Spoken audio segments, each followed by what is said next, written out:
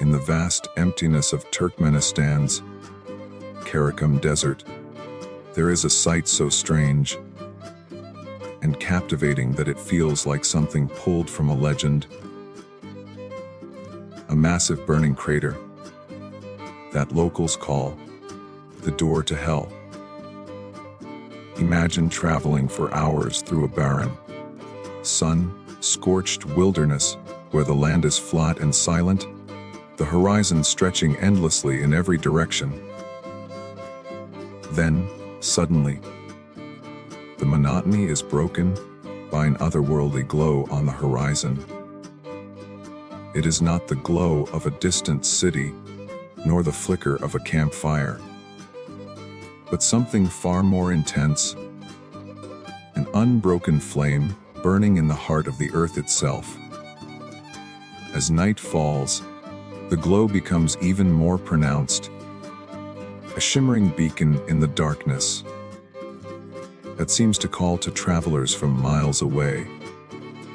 The air begins to carry a faint warmth long before you reach the edge, and with each step closer, you feel the temperature rise.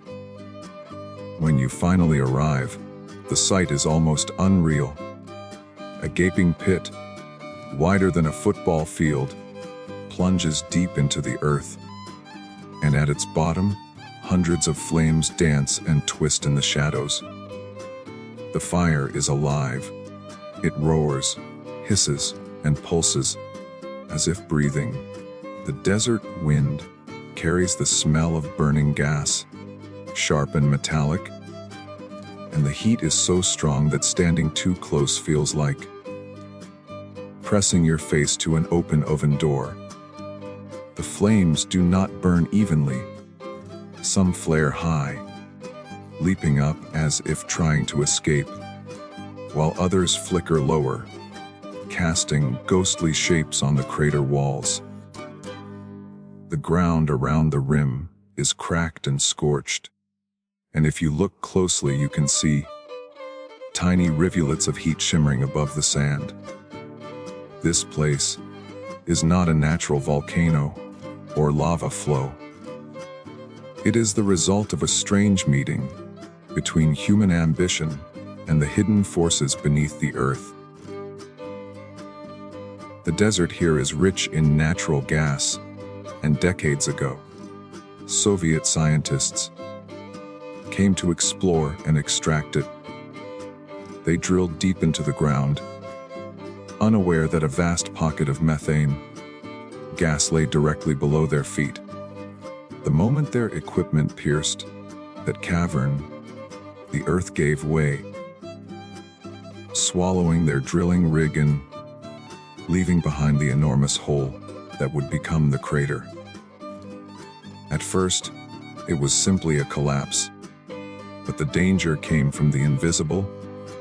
Methane gas began to pour out in dangerous quantities, threatening to poison the air for miles around.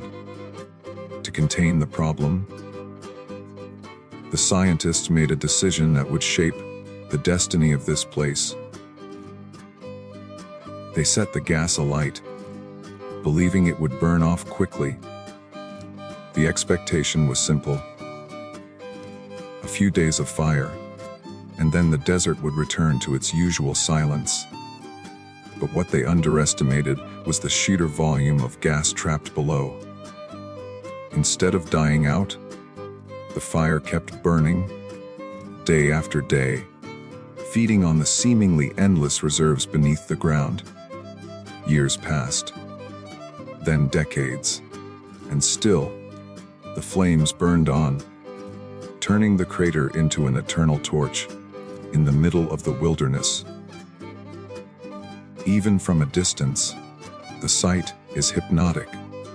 The night sky above the desert is pitch black, filled with stars, but at the crater's center, the light is so bright that it blots out the constellations directly above it. You can stand there for hours, watching the shifting patterns of the fire. Each gust of wind bending the flames into new shapes. Some travelers describe it as looking into the mouth of another world, a gateway to something primal and untamed. Others feel a deep unease, as if the fire is not just burning gas, but holding a secret older than humanity itself. The Karakum Desert is a place of extremes: freezing cold in winter, blistering heat in summer, and yet the fire never falters. It survives sandstorms, rain, and the biting chill of desert nights. The glow it casts is a constant reminder that the earth beneath us is not silent or still, but alive with energy, pressure, and hidden power. Standing on the rim, you cannot help but feel small, humbled by the sight of something so fierce and unstoppable. It is a scene that imprints itself on your memory, a vision of fire in the heart of emptiness, a beacon that has burned for over half a century and shows no sign of fading. I can also expand key point 2 in the same dramatic and immersive style, so the whole story feels like a cinematic series. Do you want me to continue with that next? In the early 1970s, the Karakum Desert in Turkmenistan was an unbroken expanse of sand, a place where the wind sculpted dunes and silence stretched for miles. Beneath this harsh, lifeless surface, however, lay one of the richest treasures of the modern world: vast reserves of natural gas. Soviet geologists, driven by the promise of tapping into these resources, ventured deep into this desolate land with heavy drilling equipment, scientific ambition, and a determination to uncover what lay hidden underground. The desert seemed indifferent to their presence, offering no hint of the danger that waited below. The team set up camp in the middle of nowhere, surrounded by nothing but sand, sun, and the occasional whisper of wind. They began drilling with precision, the roar of machinery breaking the natural stillness. For days, the work continued without incident. But then, something unexpected happened. The drill bit suddenly broke through into a massive underground cavern. This cavern wasn't empty. It was filled with methane gas under pressure, a dangerous and invisible threat. The structure of the land above it was fragile, like a thin crust hiding a void. The moment the drill pierced through, the earth began to tremble. Without warning, the ground beneath the rig gave way. The drilling platform, machinery, and surrounding earth collapsed into the gaping hole that had opened up. Dust and sand billowed into the air as the land swallowed the operation in a single, violent moment. What was left behind was an enormous crater, its edges jagged and raw, as if the desert itself had been wounded. But the collapse was only the beginning of the problem. Almost immediately, methane began escaping from the crater, rising into the desert air. Methane is colorless and odorless, but in high concentrations, it is deadly, capable of suffocating anyone nearby and spreading for miles in the open air. The geologists understood the danger instantly. Allowing the gas to seep unchecked into the atmosphere was not only a threat to human life, but also to the environment. They needed a solution, and they needed it fast. After urgent discussions, The team made a bold and irreversible decision. They would burn the gas. Setting it alight, they reasoned, would consume the methane quickly and safely, preventing it from spreading further. It was a common practice in smaller leaks and drilling mishaps, but this was on an unprecedented scale. Still, the plan seemed reasonable. The scientists calculated that the reserves would burn off in just a few days, perhaps a week at most. They lit the crater. Flames roared to life instantly, devouring the escaping gas with a hunger that was both terrifying and mesmerizing. The fire blazed so fiercely that even in daylight, it was impossible to look directly into it for long. The surrounding sand turned hot, and the air shimmered with waves of heat. The scientists watched, confident that their plan was working. The gas would soon be gone, the fire would die, and the crater would be just another scar in the desert. But the days passed, and the fire did not weaken. A week became 2, then 3. The methane seemed endless, fed from deep underground reservoirs that the scientists had not accounted for. Weeks turned into months, and the flames only grew more persistent. By the time the scientists realized that this was no ordinary burn, it was too late. The fire had claimed its place in the desert, refusing to be extinguished. What began as a calculated decision to solve a problem had turned into one of the most enduring and bizarre spectacles on Earth. The crater, born from an accident and fueled by human intervention, was now alive with perpetual fire. The Soviet team eventually packed up and left, their work incomplete, their drilling plans abandoned.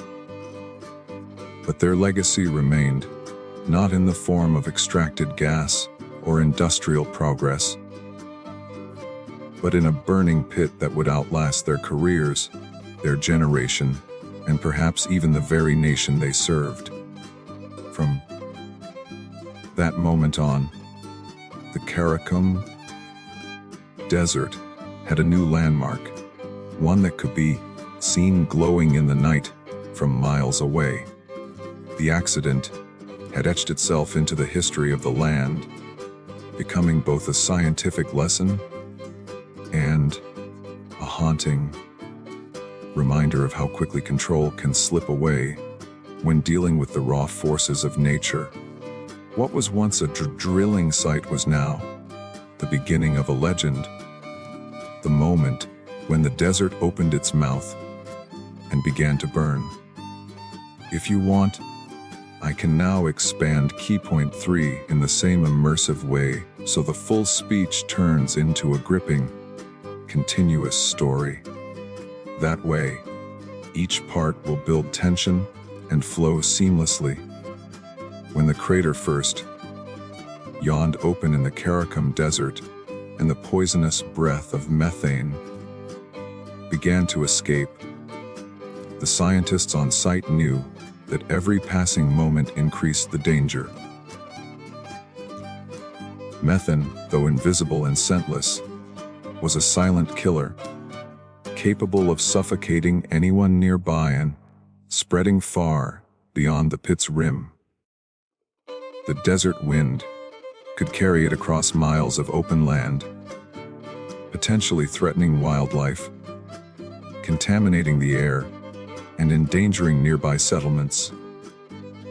The Soviet geologists, stranded in this remote expanse, were faced with a decision that demanded speed and precision. There was no time to construct an elaborate containment system or seal the gas pocket beneath the collapsed earth. Out here, with limited resources and the weight of responsibility pressing down on them. They had to rely on a method they had used before in smaller, more controlled situations: fire. The idea was both simple and bold: set the gas alight so that it would burn off quickly and harmlessly. Fire, they reasoned, would transform the dangerous methane into heat and carbon dioxide, dispersing it into the atmosphere without the lethal effects of the raw gas.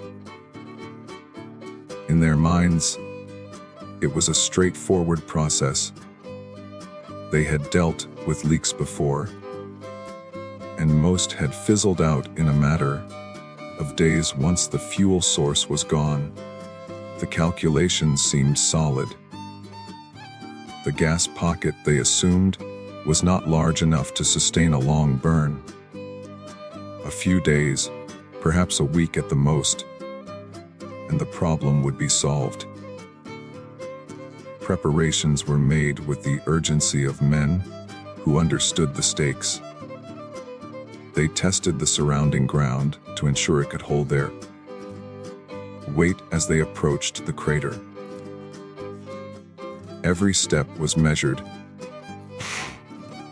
The shifting sand and fractured that one wrong move could send them tumbling into the abyss. They carried with them the tools for ignition, equipment designed to handle industrial scale fires. The moment they approached the edge, the heat of the leaking gas was already noticeable, an unnatural warmth in the cool desert air. The ignition was almost theatrical in its suddenness. A spark leapt from their equipment, finding the methane, and in an instant, the crater roared to life. The flames burst upward as if the earth itself had been waiting to exhale, a plume of fire and heat, so intense it pushed the men back from the rim. The sound was deafening. A deep, continuous whoosh that seemed to come from the very belly of the planet. Orange and gold light painted the sand around them, flickering wildly against the encroaching night. In those first moments, there was a sense of triumph. The dangerous gas was no longer escaping invisibly into the air. It was trapped in the embrace of fire, consuming itself with each passing second. The geologists watched with satisfaction, certain that they had made the right decision. They spoke of how, within a few days, the crater would cool and the site could be marked as a closed chapter in their mission. The desert, they thought, would return to silence, and they could move forward with their work. But the days stretched on, and the fire showed no sign of fading. If anything, it seemed to grow more confident, feeding itself with an unseen body far below the surface. Each night, the flames burned just as fiercely as they had on the first, licking the jagged walls of the crater with relentless hunger. The scientists began to suspect that the underground reservoir of methane was far larger than they had anticipated. The more they thought about it, the more they realized how little they truly understood about the vast networks of gas hidden beneath the desert floor. The planned few days passed into weeks. The weeks passed into months. The fire never faltered, and the crater's glow became a constant in the Karakum night. For the scientists, what had begun as a calculated safety measure was now becoming an unsolvable puzzle. The desert had claimed the fire for itself, and no amount of human planning or engineering could convince it to die. They had intended to close the door on danger, but instead, they had opened a doorway to something eternal. If you'd like, I can now expand key point 4 in the same intense storytelling style, so it continues as a seamless, epic narration. This way, the story will keep building momentum and atmosphere. What was meant to be a short-lived blaze quickly revealed itself as something far more enduring. Instead of flickering out within a matter of days, the flames in the crater roared on, as if the earth itself had decided to keep them alive. Weeks passed, then months, and still the fire showed no sign of weakness. The scientists who had set it alight were long gone, their calculations defeated by the sheer magnitude of what lay beneath the desert floor. The methane reservoir, hidden deep within the earth, seemed bottomless. It fed the fire without pause, a steady, invisible stream rising from cracks and fissures in the crater's floor, to be devoured in bright, ceaseless waves of flame. The Karakum Desert, known for its extremes, became the unlikely home of a constant, unnatural light. In the daytime, the heat shimmered in the air above the pit, distorting the view like a mirage. At night, the crater was a beacon, its glow visible from miles away, turning the surrounding sands into a dim, reddish sea. The fire's persistence baffled those who came to study it. The geologists who visited in later years shook their heads at the thought of the original estimates. They understood now that the underground gas fields stretched far beyond the crater's edges, perhaps for hundreds of kilometers, and that the fire was tapping into an invisible labyrinth of fuel. The flames themselves were a thing of beauty and terror. At times they moved lazily, curling and drifting as if in thought. At other times, they leaped high, whipping into violent shapes as gusts of desert wind poured into the pit. There was a strange rhythm to their motion, almost like breathing. Inhaling in low, steady flickers, then exhaling in sudden bursts of power. The sound was constant, a low, rumbling hiss that seemed to vibrate in the bones, the voice of something ancient and tireless. Standing at the rim, one could feel the pulse of the fire in the soles of their feet, as if the ground itself was alive. Travelers who ventured to this remote place often found themselves mesmerized. Some stayed for hours, unable to tear their eyes away from the hypnotic play of light and shadow. Others felt an almost primal fear, an instinctive understanding that this was a force beyond human control. The longer the fire burned, the more it took on a presence, not just a natural phenomenon, but something with character, almost a personality. It was defiant, unyielding, and indifferent to the passing of time. Years rolled into decades, and the crater became a kind of living landmark. It burned through Soviet rule and into Turkmenistan's independence. It burned through wars, through political changes, through the rise and fall of leaders. Nothing touched it. Rainstorms failed to douse it. Sandstorms only seemed to make it roar louder. The freezing cold of winter nights in the desert could not slow its appetite. Scientists spoke of it in terms of geology and chemistry, explaining how methane continued to seep from the surrounding ground into the pit. But those explanations never captured the feeling of standing before it, of seeing the endless fire with your own eyes. For the people who lived in Turkmenistan, the crater became both a curiosity and a cautionary tale.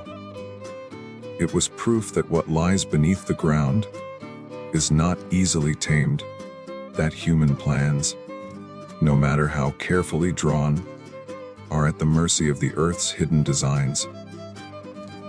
Over the years, it drew not just scientists, but explorers, journalists, and adventurous travelers from across the globe. They came expecting to see a pit of fire. They left having felt the humbling truth that some things are meant to burn for as long as they wish. The fire, once lit as a temporary measure, had instead become part of the desert's identity. It was no longer an accident to be fixed, but a phenomenon to be witnessed. A perpetual flame under an open sky, as constant as the stars above it. And as the years stretched on, the thought began to take root in the minds of those who visited. Perhaps this was never meant to end. I can now expand key point 5 in the same immersive style, building even more atmosphere around the experience of standing at the crater's edge, so the listener feels they are really there. Would you like me to continue with that? Standing at the edge of the crater is like stepping into another world, one that feels both alien and dangerously alive. The moment you approach, the heat, straught as a gentle warmth but as a wave that pushes back against your skin, radiating from deep within the pit. It is an invisible wall, a living force that demands respect. The desert air, usually crisp and cool after sunset, becomes heavy here, infused with the dry, biting scent of burning gas. Even from several steps back, the heat is enough to sting your face and dry your throat, making every breath taste faintly of metal and ash. The fire is a living performance. Flames leap and coil inside the crater, never still, never predictable. They burst upward in sudden flares, twisting into strange, fleeting shapes before collapsing into swirling pools of light. The shadows they cast on the jagged crater walls seem to dance along with them, stretching and shrinking in a hypnotic rhythm.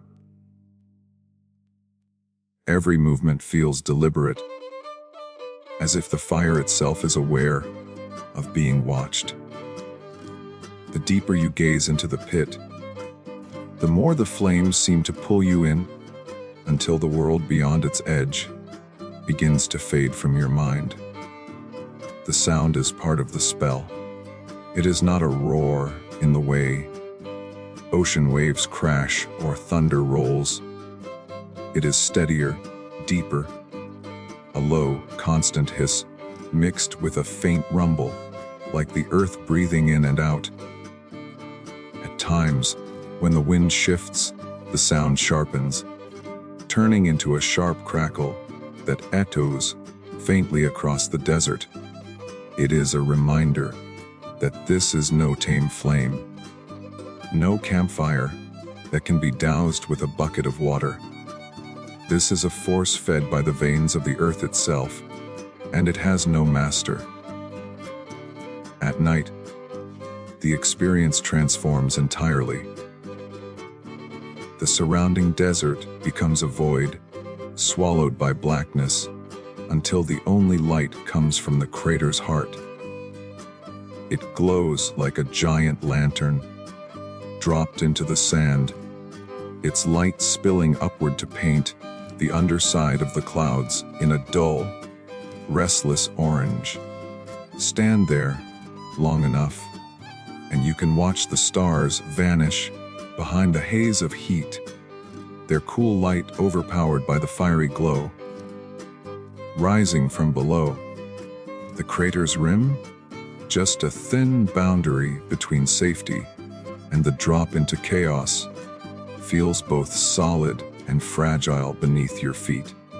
Every step closer is a flirtation with danger, yet it's impossible not to inch forward, compelled by the beauty of destruction. The heat plays tricks on your senses. Look too long, and the air seems to ripple like water. The flames blur at the edges, as though you are seeing them through a veil, until suddenly a gust of wind tears the veil away, and the fire snaps into focus again, sharp and immediate. Sweat beads on your skin, even in the cool desert night, and you find yourself stepping back instinctively, but not out of fear, but out of respect for the untamed force before you. Visitors who come here often speak of a strange duality in the experience. There is awe, the kind of awe that makes you feel small and fleeting in the presence of something ancient and unstoppable. But there is also a flicker of fear, a reminder that the earth is capable of swallowing and burning without hesitation. The crater's fire is beautiful, but it is also merciless. It does not care who watches or why. It will burn whether to witness it or not. And yet, there is a magnetic pull to remain at the edge, to let your eyes adjust to the shifting colors of flame, to let the heat wrap around you like an invisible shroud. You can stand there for minutes or hours and never see the same pattern twice. Each flare, each swirl, each hiss is unique.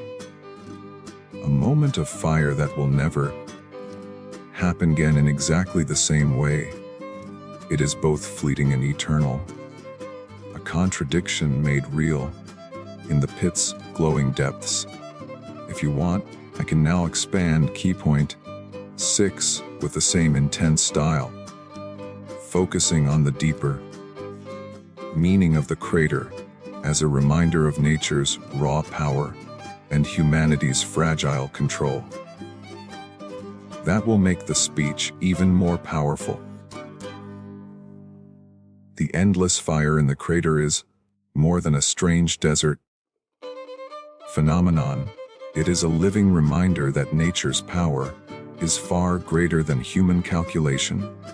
It stands as a silent but unignorable testament to the truth that we, for all our technology and ambition, are guests on this planet, not its rulers. The scientists who lit the flames, who believed they could predict its behavior, measure its limits, and decide its end. They thought the fire would obey their timetable. But here, in the heart of the Karakum Desert, the earth answered with a lesson. It will not be told when to rest. There is a certain arrogance in believing we can fully control the natural forces beneath our feet.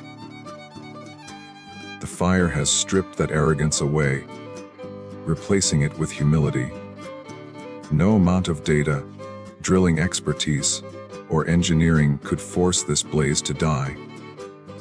Instead, the desert claimed it, feeding it from reserves of methane, deep and vast, that decades of burning have barely made a dent. The crater's persistence is not simply the the result of an accident. It is the Earth's way of showing that what we call resources are, in truth, the lifeblood of the planet, and taking them always comes with risk. Standing at its edge, that truth is impossible to ignore. The flames do not rage like a storm or crash like a wave. They simply exist, constant and patient.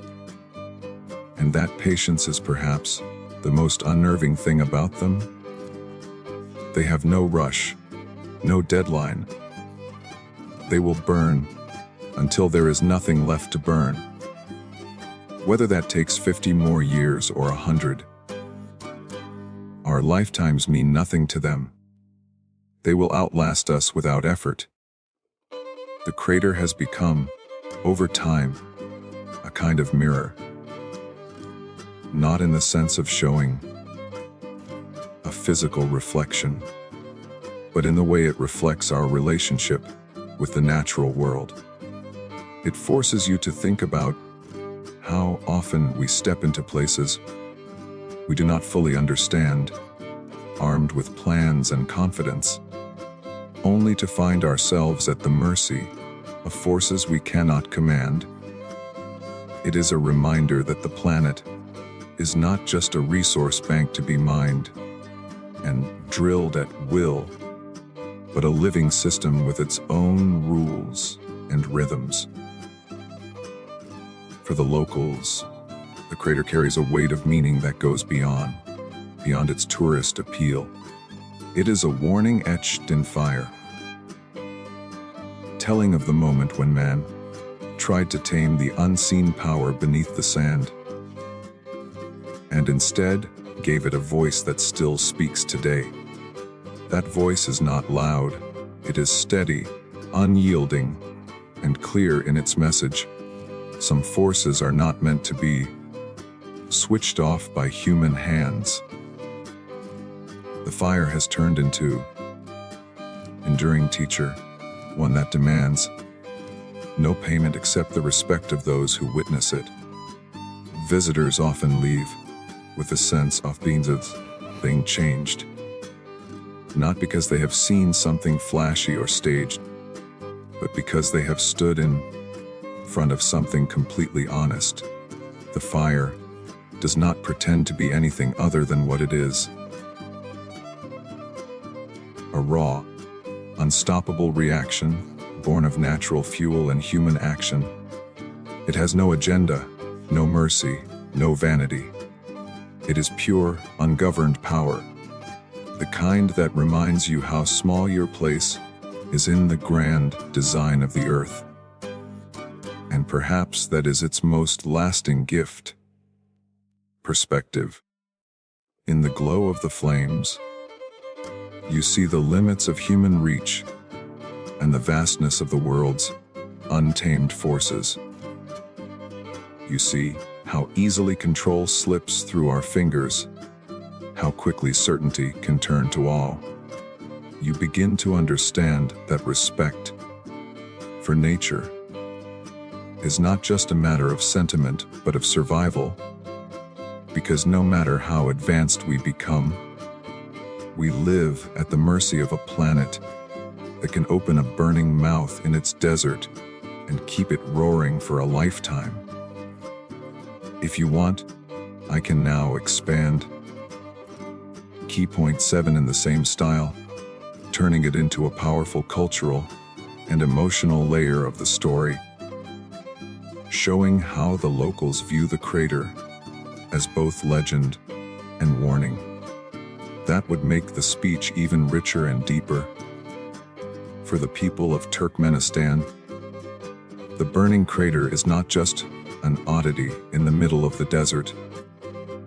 It is a living story, woven into the fabric of local memory and identity. To them, it is more than a hole in the ground or a spectacle for passing travelers. It is a symbol, a lesson, and a reminder carried from one generation to the next. They call it the door to hell a name that speaks not only to its appearance, but to the feeling it gives when you stand near its edge. The flames inside are constant, unrelenting, and somehow alive, as though they guard a threshold between the world we know and something far older, deeper, and more dangerous. The elders in nearby communities speak of the crater with the weight of experience in their voices. They tell stories of how it came to be, of the drilling that disturbed the desert's sleep, and of the decision to set the gas alight. To them, this is not just history. It is a warning about what happens when human hands try to command forces they cannot see. They see the crater as the desert's answer to interference, a wound that has not healed because the earth itself has chosen to keep it open. And in their telling, the fired only a physical thing, but a guardian of balance, a constant presence that humbles anyone who dares to underestimate the land. Over time, the crater has taken on the qualities of legend. Children grow up hearing its name, whispered in cautionary tales, imagining the flames as restless spirits, or the breath of something buried deep below. Even for those who know the scientific explanation, there is still a certain reverence in the way they approach it. It is not a place for casual laughter or careless footsteps. It is approached with a quiet respect, as though stepping into the presence of something sacred and dangerous at once. For Turkmenistan itself, the crater has become a strange, paradoxical emblem. On one hand, it is a point of curiosity that draws visitors from around the world, shining a light, quite literally, on a remote and little-known country. On the other hand, it is a constant, burning reminder of a moment when human plans went wrong. The government has at times considered sealing it, but the idea has always come with hesitation. For many, extinguishing the flames would not only be a practical challenge, but also an act that would strip the land of a piece of its soul. The people who live closest to it speak of its endurance with a mixture of pride and apprehension. Pride, because it is theirs, a phenomenon found nowhere else in the world, a sight that leaves outsiders in awe. Apprehension, because it is a reminder of the deep, untamed energy that lies beneath their homeland. They know the desert is not empty. It is alive in ways most people will never understand.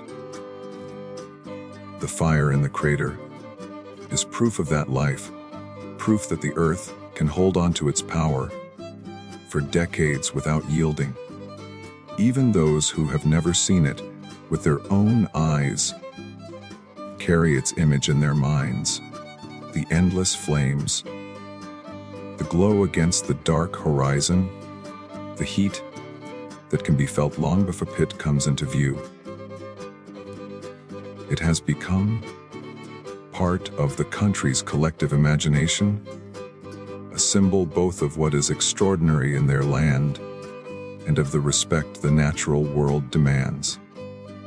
And so, in local eyes, the door to hell is not just an accident or a curiosity. It is a teacher. It teaches patience, because it has burned for half a century without tiring. It teaches humility, because it proves that the earth cannot be bent to our will without consequence. And it teaches memory, because every time the story is told, It carries the weight of the lesson forward to those who will come after. I can now expand key point 8 in the same style, so we close this journey with a powerful, lingering image of the eternal presence, without giving it a formal conclusion, just leaving the fire burning in the listener's mind. Would you like me to do that next? At night, the door to hell becomes something otherworldly. The desert around it falls silent, and the air cools. Yet from the heart of the crater comes a heat that never fades. The darkness above is scattered with countless stars, but here on the Earth's surface is a second sky, one made of flame. The glow is visible from far away, a trembling orange halo that makes the horizon look alive. Travelers who approach it in the dark often speak of feeling as though they are walking toward another sun, one that has been buried beneath the sand but refuses to die. The flames dance endlessly, twisting and curling upward in shapes that seem to speak in a language of heat and light. Sometimes they leap high enough to lick the edges of the pit, and sometimes they crouch low, whispering over the cracked earth. Each flicker seems to have its own rhythm, as if the fire were breathing. From the rim, you can hear the low roar of burning gas.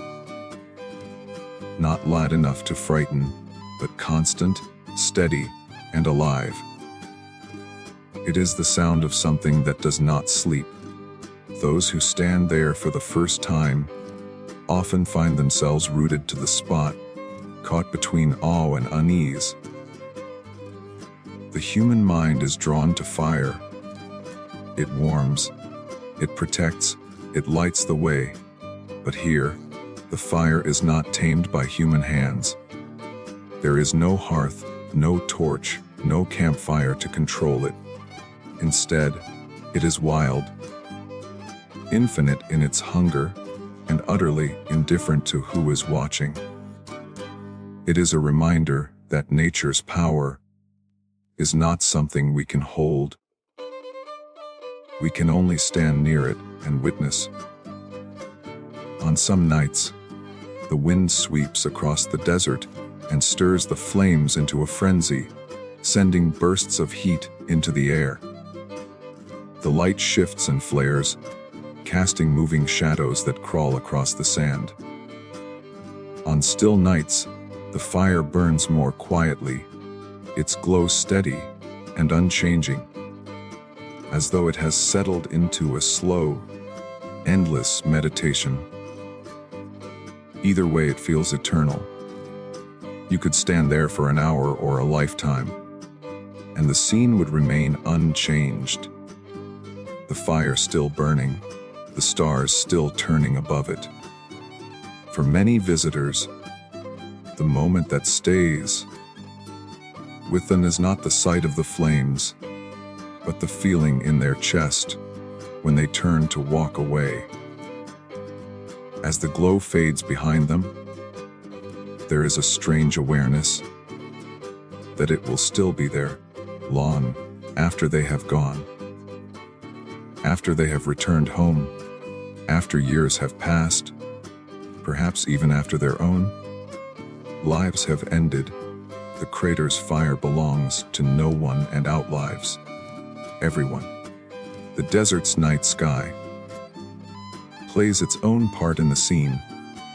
The contrast between the cold, ancient starlight above and the living, breathing fire below makes it feel as if two worlds are meeting at this one point.